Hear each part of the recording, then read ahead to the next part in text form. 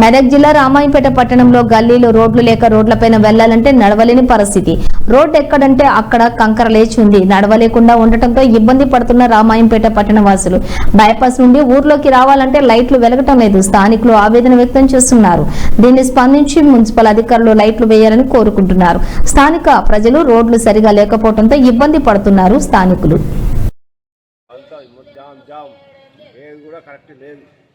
కనీసం ఇక్కడ నుంచి ఇక్కడ ఇందిరాగాంధీ బొమ్మ ఇండిగాయ నుంచి మొదలు పెడితే లాస్ట్ బస్ స్టాండ్ వరకు ఇప్పటి వరకు ఒక లాట్రిన్ లేదు, ఒక బాత్రూమ్ లేదు. ఇక్కడ ఉన్న దుకాణాలకు కానీ డైలీ మార్కెట్ ఉన్న ఏరియా బుధవారం మార్కెట్ అవుతుంది. మార్కెట్లో కూడా కనీసం వచ్చిపోయే వాళ్ళకు టాయిలెట్ పోదామంటే ఆడడం చాలా ఇబ్బంది పడుతుంది, తిట్టుకుంటురు.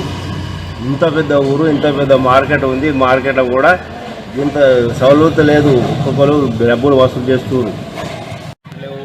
మొత్తం చెత్త అంతా జామ్ ఏది కూడా కరెక్ట్ లేదు.